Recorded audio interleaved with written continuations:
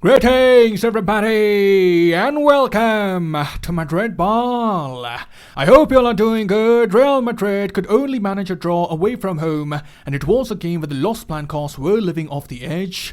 There were so many times where CADIZ could have taken the advantage. They were the team determined to emerge as the winners in the match. They were desperate to get the 3 points to break away from the relegation zone, and in all honesty, had CADIZ won the game, we would have said that they were the deserved winners. They put a lot of pressure on Madrid, they controlled the game in a much better way, but somehow Real Madrid managed to hang on. They managed to keep the CADIZ attackers at bay, and for this, we must give massive credit to our second choice goalkeeper, Lunin. He was phenomenal throughout the match. He made some fantastic saves, he frustrated those CADIZ attackers, and for the goal that we conceded, by no means can we lay any blame on Lunin. It was a powerful strike which went in, hitting the inside of the crossbar, and in those circumstances, even the best goalkeepers in the world wouldn't have been able to prevent that goal. So in this video, we'll just touch upon some of the pressing concerns that emerged in the game. We also have some updates on the Mbappe transfer saga, which will surely be over this month. And lastly, we'll talk a bit about the new jersey for the 2022-23 season. So we have a lot on a plate, and let's get started.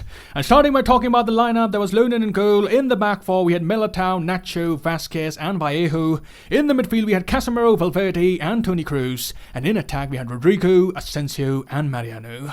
And we skipped the customary shout-out ritual as none of you were able to predict a 1-1 draw, but sharing some thoughts on the starting 11, Ancelotti had a good mix of experience and youth in the lineup. Nacho in the left-back position was something that I wasn't expecting, but one can't deny that he was the most effective defender on the night. He put up a solid display, he had a pass completion of 98%, and how many times did we see him bail out our central defenders who were woefully out of position?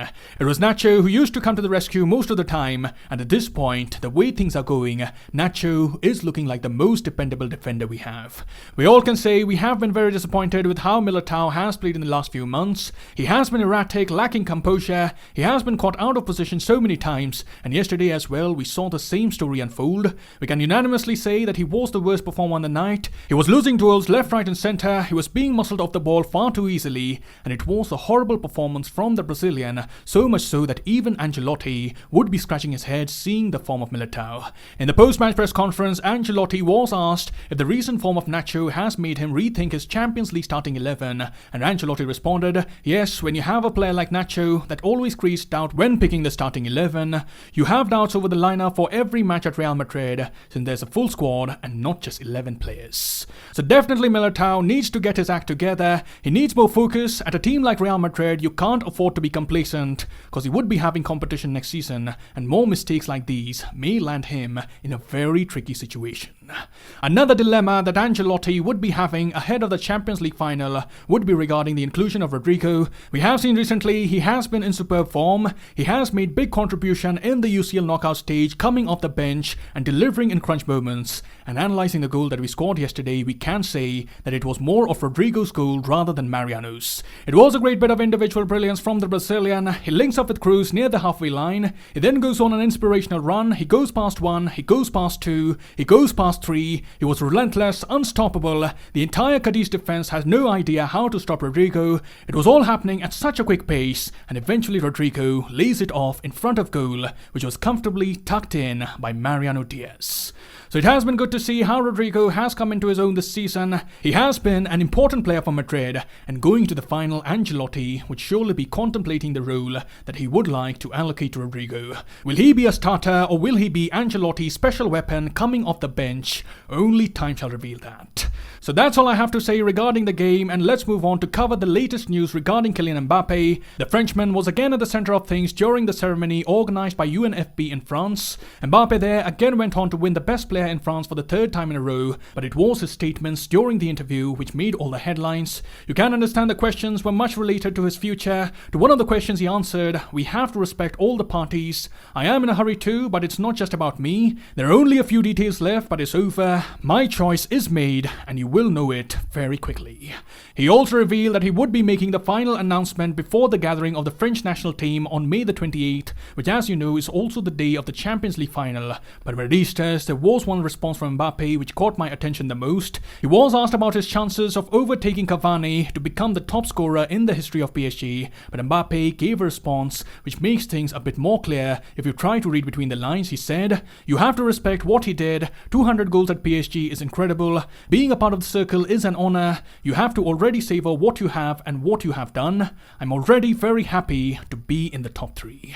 And these words, I feel, are hinting that Mbappe to Madrid is something that is bound to happen very soon. There's also been an article published by Marca today in which they said that Real Madrid have wrapped up a deal to sign Kylian Mbappe. They further say that an agreement was reached last week. Everything has been spoken about over the previous month was agreed upon, and Mbappe has successfully resisted PSG's pressure to sign a new deal. They also said that the club's general director Jose Angel Sanchez took the reins of the negotiation and made it the club's priority to do everything possible to get the deal over the line. And lastly, Marca revealed that Mbappe would be signing a 5-year contract with a much lower salary than what PSG were willing to offer. So reading all these rumors, it does sound that the deal is very close to completion. Unless a dramatic turn of events happen, Mbappe will be a Real Madrid player next summer, and that time we would be marveling over the sensational move of getting one of the best players in the world without paying a single penny to his former club. And last but not the least, Real Madrid have unveiled the latest jersey for the 2022-23 season. Many of the club legends like Iker Casillas, Raul Gonzalez, Roberto Carlos were also involved in the photo shoot, and as you can see, Real Madrid have embraced the purple theme for the upcoming season. The purple stripes are only limited to the shoulder, giving the jersey a very clean and drip look, and if you ask me, I also happen to like the collar. It gives the jersey a different vibe. Apparently Real Madrid are looking to celebrate the past, present and future with this design. In a statement made by the Los Blancos and Adidas, they said, "Inspired by the club's legacy, the jersey sports the iconic white and logo of Real Madrid, partnered with purple detailing to celebrate the past, present and future as the club marks its 120th year anniversary." So definitely I would be buying this jersey as soon as possible. You would be able to buy these from the official site of Adidas, or you can wait for the first copies to arrive in the market, which should be available at a much more cheaper price. And that is all I have here. Do let me know what are your thoughts on the various topics that we have covered. Let me know what are your views on Mbappe's statements, the jersey reveal, and of course your views on yesterday's game will be very much appreciated.